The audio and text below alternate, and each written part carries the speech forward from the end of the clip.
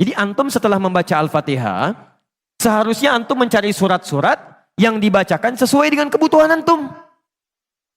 Cari ayat-ayat yang sesuai dengan kebutuhan kita. Karena dari Al-Fatihah sampai dengan An-Nas itu semua berisi kebutuhan kita. Saya baca cepat ya.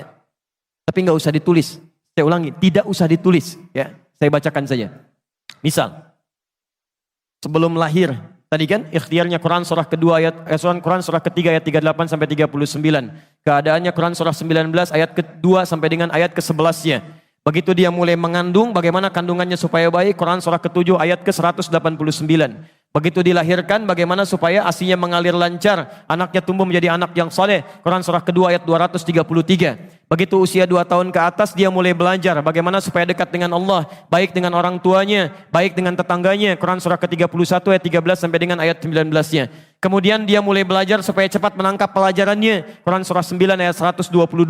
Supaya meningkat prestasinya, Quran surah 58 ayat yang ke-11. Kemudian dia mulai meningkat lagi pendidikannya, mulai mendapatkan teman-teman bergaul. Bagaimana supaya tidak bisa merubah keadaannya, supaya lebih dekat dengan Allah, tidak terjebak dalam pergaulan bebas. Quran surah ke-49 ayat ke-13-nya. Ada yang serius datang mau melamar, bagaimana menyikapinya? Quran surah ke-4 ayat yang ke-4. Terjadi pernikahan, Quran surah 30 ayat ke-21. Setelah menikah, bagaimana membagi tugasnya supaya tidak gelisah dalam pembagian tugas, tidak saling menyingkirkan satu dengan yang lainnya. Quran surah ke-4 ayat 34. Setelah dia menikah, suami mulai mencari nafkah. Bagaimana cara bekerjanya? Yang standar ada di Quran surah kedua ayat 168. Kalau mendapatkan ingin yang lebih mudah lagi, Quran surah kedua ayat 172. Kalau belum berangkat, rizkinya sudah menunggu dia, Quran surah 7 ayat ke-96-nya. Kemudian dalam bekerja ini tidak mudah. Istri harus merawat anaknya, merawat rumah tangga. Kadang-kadang anaknya sulit diatur, mengatakan pada perintah ibunya, mengatasinya Quran surah ke-17 ayat ke-23. Itu dua-duanya sama-sama capek. Jangan dikira yang pergi ke kantor saja. Ibu pun merawat anak juga kadang-kadang ada rasa lelah. Bagaimana mengatasinya? Kalau lelah-lelah sedikit, itu ada di Quran surah ke-26 ayat ke-80. Kalau sudah mulai menjadi penyakit, bahkan kata dokter nggak ada obatnya, bagi Allah nggak ada yang mustahil. Quran surah ke-21 ayat 83 sampai dengan 84. Kadang-kadang Anda yang bekerja, ada orang yang tidak suka dengan Anda.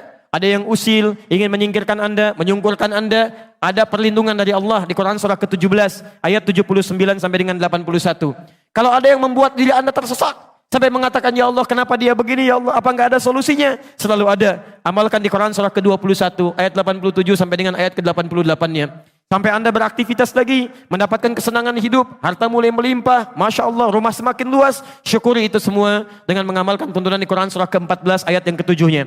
Tapi ketika datang ujian, tingkat ujian bisa macam-macam. Ada yang ringan, yang menengah, kemudian yang kuat. Pelajari itu supaya siap menghadapinya. Di Quran surah kedua ayat 214. Solusinya di Quran surah ketiga ayat 142.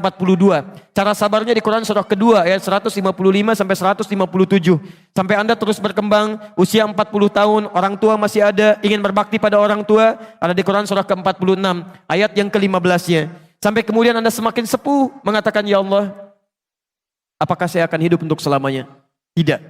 Satu saat kamu akan meninggal. Bagaimana cara meninggalnya ya Allah? Kamu akan kedatangan maut di Quran surah ketiga ayat 185. Maut itu datang lewat malaikat yang diutus. Quran surah 32 ayat yang ke-11. Bagaimana cara diambilnya ya Allah? Kalau kamu ingin tenang diambilnya, kerjakan amal soleh, maka kamu akan dipanggil dengan kalimat yang menenangkan. Ya ayyatuhan nafsul mutmainnah. Quran surah 89 ayat 27 sampai dengan ayat 30. Tapi kalau kamu banyak amal salah, tidak ada amal soleh, maka panggilannya akan sedikit menegangkan. Quran surah ke-8 ayat ke-50 sambil dipukulin malaikat. Ya Allah, saya telah mengalami malam pertama di alam dunia. Bagaimana malam pertama di alam kubur? Apakah menyenangkan atau ada persoalan? Kalau ingin senang, Quran surah ke-3 ayat 169 sampai 172. Kalau kamu ingin sedikit menegangkan sambil ditampakkan neraka jahanam dari mulai pagi sampai dengan sore, boleh. Ada di Quran surah ke-40 ayat 46 sampai dengan 47-nya. Ya Allah, bagaimana suasana hisab? Apakah menyenangkan atau tidak? Kalau kamu ingin masuk surga tanpa hisab, langsung masuk mendapatkan berita gembira surga, ada amalannya di Quran surah kedua ayat 25. Tapi kalau kamu misalnya banyak amal salahnya, mengabaikan perintah Allah, bahkan kamu bisa masuk neraka tanpa hisab. Ada di Quran surah ke-18 ayat 100 sampai dengan 101-nya.